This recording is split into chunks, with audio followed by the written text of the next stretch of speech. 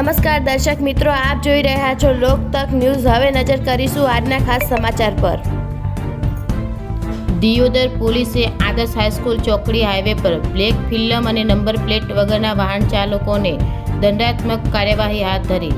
Deodar PSI PV Dhokadiya સાહેબના આદેશ અનુસાર દિયોદર એએસઆઈ કનૈયાલાલ, કોન્સ્ટેબલ અમૃતભાઈ દેસાઈ, સુબાભાઈ સાથે મહિલા કોન્સ્ટેબલ માયાબેન દ્વારા તારીખ 14/7/2024ના રવિવારે સાંજે 5 કલાકે દિયોદર પોલીસ નંબર પ્લેટ વગરના વાહનો અને બ્લેક ફિલ્મવાળા વાહનો સામે દંડાત્મક કડક કાર્યવાહી હાથ ધરી।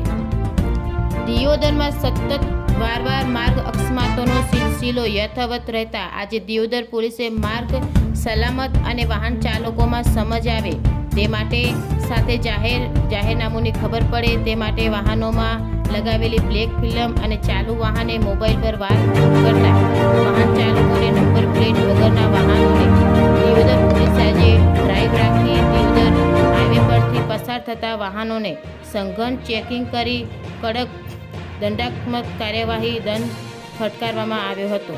R H Sumra, Deodar.